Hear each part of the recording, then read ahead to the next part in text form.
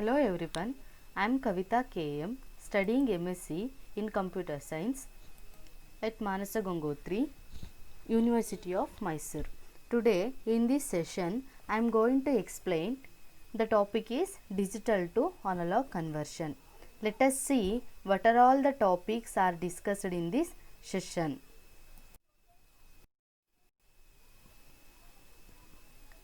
First one is amplitude shift keying, frequency shift keying, phase shift keying, quadrature phase shift keying.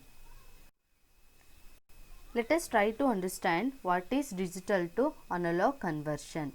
Digital to analog conversion is the process of changing one of the characteristics of an analog signal based on the information in digital form. Is nothing but process of changing one of the characteristics of an analog signal. Next is digital data needs to be carried on an analog signal. And the next one is carrier signal performs the function of transporting the digital data in an analog signal. The analog carrier signal is manipulated to uniquely identify the digital data being carried. Here the graphical representation of digital to analog conversion. In this figure shows the relationship between the digital information, the digital to analog modulating process and the resultant analog signal. See here we can observe that there is a sender and there is a receiver where sender side has digital data. At the sender side we have modulator. There is a link between modulator and demodulator. Digital data is converted into analog signal and analog signal is converted into digital data delivered to the receiver. Types of digital to analog conversion. There are 4 types of digital to analog conversion. First one is amplitude shift keying ASK, frequency shift keying FSK, phase shift keying PSK, quadrature amplitude modulation QAM. Let us try to understand what is amplitude shift keying. In amplitude shift keying, the amplitude of the carrier signal is varied to create signal elements. Both frequency and phase remains constant while the amplitude changes. Next is the amplitude of analog carrier signal is modified to reflect binary data. When binary data represent digit 1, the amplitude is held, otherwise is set to 0. As I told before, both frequency and phase remain same as in the original carrier signal. Here the graphical representation of ASK. Here 10101, this is the digital input data and this is the carrier signal.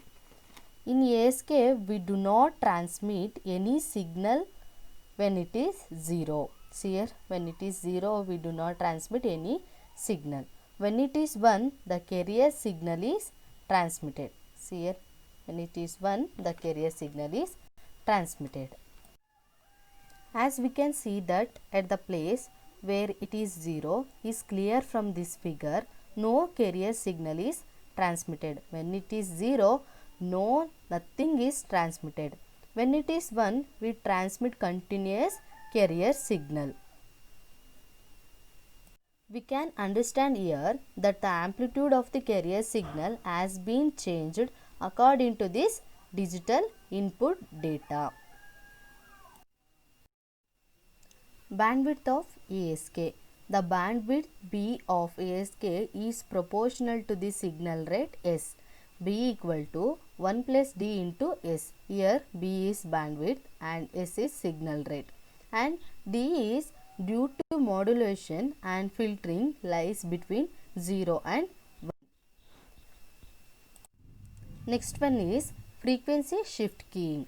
In frequency shift keying, the frequency of the carrier signal is varied to represent data. The frequency of the modulated signal is constant for the duration of one signal element, but It changes for the next signal element if data element changes. Next, both peak amplitude and phase remains constant for all signal elements. This technique uses two frequencies. One is F1 and another one is F2. One of them, for example, F1 is chosen to represent binary digit 1 and another one is used to represent binary digit 0. See, here the graphical representation of FSK when 0 is to be transmitted at the two places. See, one place and another place. We can see the waveform. It is having low frequency at these places, and 1 is to be transmitted. We have high frequency of this carrier signal. We reduce the frequency when 0 is to be transmitted. We increase the frequency when 1 is transmitted. Bandwidth of FSK. If the difference between the two frequencies F1 and F2 is 2 delta F, then the required bandwidth B will be B equal to 1 plus D into S plus 2 delta F. S is the signal rate, B is the bandwidth. Let's understand the concept PSK. In phase shift keying, the phase of the carrier is varied to represent two or more different signal elements. Both peak amplitude and frequency remains constant as the phase changes. PSK is more common than ASK or FSK. PSK is less susceptible to noise than ASK. PSK is superior to FSK because we do not need two frequency to carrier frequency. In FSK we use two carrier frequency, right? Then when a new binary symbol is encountered, the phase of the signal is altered. Here the graphical representation of PSK. Here it is changing from 1 to 0, and there is no change here. There is no change at this place. There is a change from 1 to 0. So, phase shift has taken place here. So, this phase shift takes place only when there is a change from 1 to 0 or 0 to 1. Bandwidth of PSK is B equal to 1 plus D into S. Bandwidth of PSK is same as bandwidth of ASK. The fourth one is quadrature PSK, is also known as QPSK. QPSK alters the phase to reflect two binary digits at once. This is done in two different phases. The main stream of binary data is divided equally into two substreams. The next is the serial data is converted into parallel in both substreams, and then each stream is converted into digital signal using NRS technique. Later both the digital signals are merged together.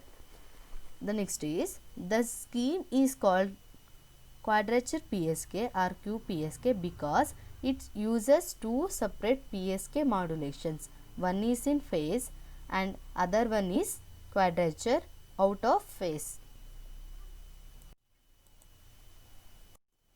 Thank you.